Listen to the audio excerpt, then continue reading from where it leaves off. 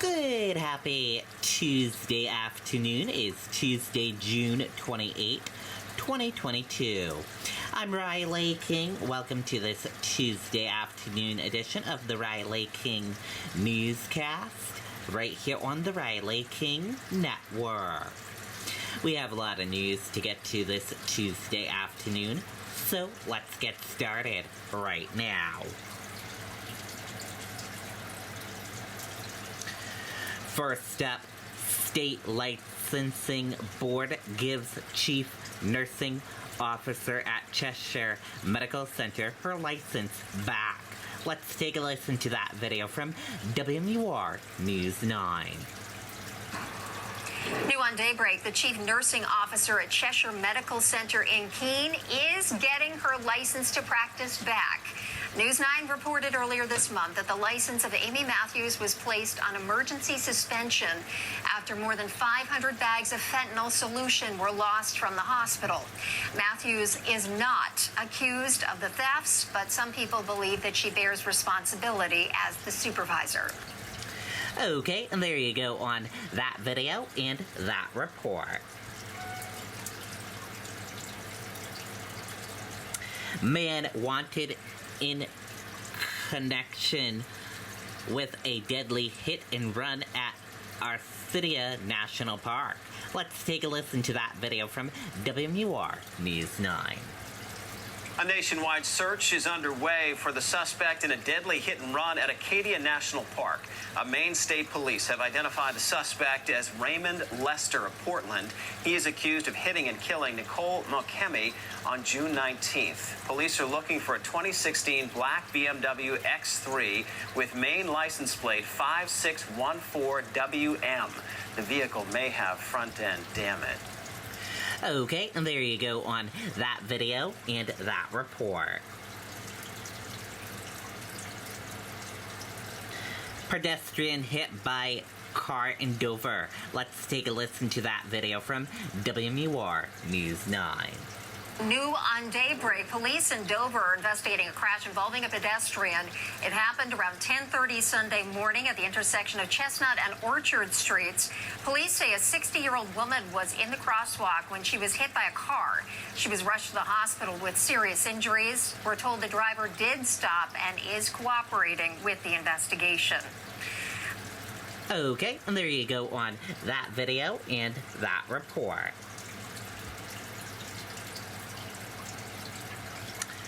Governor signs Buy America bill prioritizing local steel and state projects.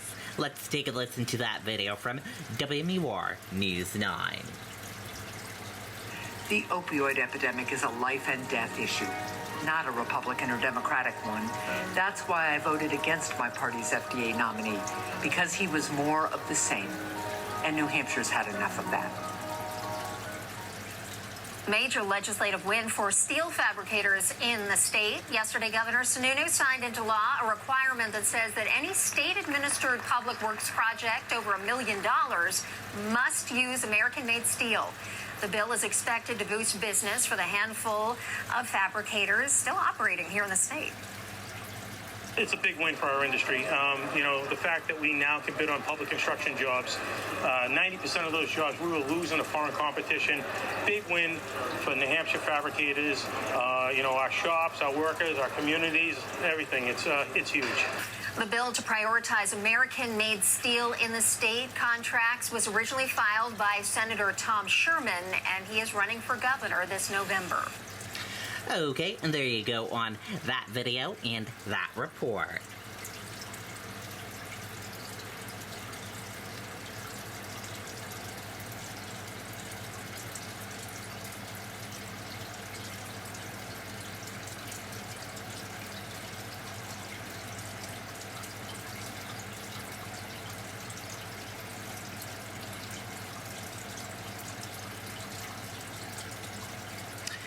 "46 migrants found dead inside a semi-truck in Texas."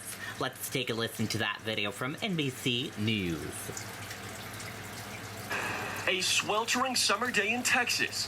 with the temperatures topping 100 degrees, contributing to one of the country's deadliest human smuggling cases in recent history. Quite a few of them are already deceased. The tragedy unfolding Monday in a rural part of San Antonio. 46 people found dead in the back of this stifling truck. The first call's coming in just before 6 p.m. The truck driver is running southbound on foot along the railroad tracks. Police say a local worker made the terrible discovery after hearing cries for help. Authorities found the abandoned semi-truck with its doors partially open. We're not supposed to open up a truck and see stacks of bodies in there. Officials say the likely cause of death, heat stroke. Incredibly, 16 others survived, including several children, but they were in an extremely weakened state when they were taken to area hospitals. The patients that we saw were hot to the touch. They were suffering from heat stroke, heat exhaustion, no signs of water in the vehicle. It was a refrigerated tractor trailer, but there was no visible working AC unit on that rig. This horrific scene echoing a similar tragedy in San Antonio, where 10 people died crammed inside a tractor trailer back in 2017. This year has already seen record numbers of border encounters in the Southwest, according to U.S. Customs and Border Protection. Texas Governor Greg Abbott tweeting, quote, "These deaths are on Biden. They are a result of his deadly open border policies." San Antonio's mayor with a different perspective. There are, that we know of, 46 individuals who are no longer with us, who had families, who were likely trying to find a better life. And this morning, while the White House has yet to make an official statement, they have referred to the statement made by DHS Secretary Alejandro Mayorkas, who placed the blame for this squarely on top of these smugglers and said a federal investigation is ongoing. Savannah? And Morgan, has there been any word on potential suspects? We have heard from authorities who say they have 3 individuals in custody, but at this time they are not saying whether or not they are directly tied to this smuggling plot. In the meantime, this crime scene remains absolutely expansive across this remote area. We're told that they're going to have canine units out here today, making sure that absolutely everyone who was on board or near that truck, Savannah, has been accounted for. Morgan Chesky at that scene for us. Thank you, Morgan. Okay, and there you go on that video and that report. That does it for this afternoon edition of the Riley King Newscast, right here on the Riley King Network. Thank you for tuning in and watching. Have a great afternoon, and goodbye.